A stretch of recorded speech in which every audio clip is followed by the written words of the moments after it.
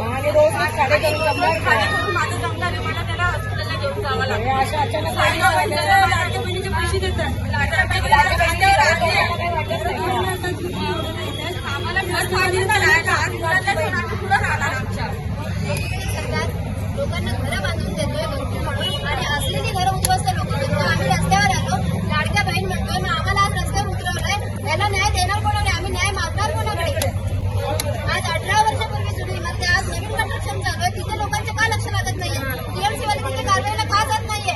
आज 18 वर्षापूर्वी जुनी बिल्डिंग आहे, तिथेच का तुम्ही येत आहे? आणि तोडक कारवाई लगेच करता. अरे आम्हाला वेळ द्या, आमची बाजू पडण्याची आम्हाला संधी द्या. हायकोर्टाकडे आम्ही तीच विनंती करतोय. कोणीतरी आम्हाला सगळ्यांनी सपोर्ट करा. आम्ही सामान्य माणूस जाणार कुठे? आम्ही पोटा पाण्यासाठी मुंबईमध्ये आलो ना, तुम्ही बांधूच नका. सामान्य माणूस घरं घेणारच नाही. त्यामध्ये सगळे तुम्ही रस्त्यासाठी घर मोकळे झालात. भरडला कोण केला? सामान्य माणूसच भरडला गेले. यामध्ये आम्हाला न्याय पाहिजे. आणि मुलं आता शाळेत आमची लहान मुलं, त्यांना घेऊन आम्ही जाणार कुठे? आम्हाला विश्वासच आहे, रस्त्याने आम्ही मरून जाणार. घर आमच्या जागेवर राहणार, पण आम्ही लोक मरून जाणार टेन्शननी रोजच्या. मला इथे 18 वर्ष झाले.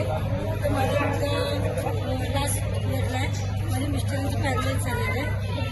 मी घरकाम करते, मग आम्ही जाणार कुठे? आम्हाला इथे न्याय पाहिजे.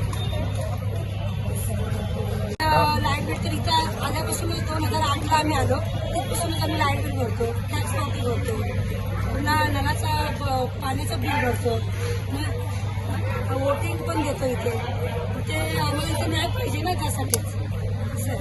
आम्ही जाणार कुठे? सांगा तुम्ही आम्हाला.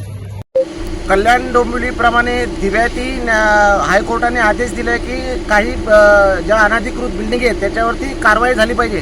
परंतु आमचं एक म्हणणं आहे की आज ह्या लोकांवरती कारवाई झाल्यानंतर ही लोक रोडवरती येणार, हे राहणार कुठे? हेही कोर्टाला समजलं पाहिजे की ज्यांनी ह्या अनधिकृत बिल्डिंग बांधले त्या बिल्डरवरती कारवाई झाली पाहिजे. ज्यांनी खोटे कागदपत्र बनवले त्यांच्यावरती प्रथम कारवाई झाली पाहिजे. आज ती लोक रस्त्यावर येणार. आज त्यांनी प्रतिमात्मक पुतळ्याचं तिथे फाशी देऊन असं आंदोलन केलेलं आहे. पण आज ते जरी आंदोलन प्रतिमेत असलं तरी प्रत्यक्षात ह्या लोकांना आत्मदहन केल्याशिवाय तिथे पर्याय राहणार नाही. तरी आमची विनंती आहे की महापालिकेने आणि पोलीस प्रशासनाने तात्काळ या बिल्डरांवरती कारवाई करावी आणि या लोकांचं पुनर्वसन करावं, अशी आम्ही उद्धव बाळासाहेब ठाकरे पक्षाकडून मागणी करतो.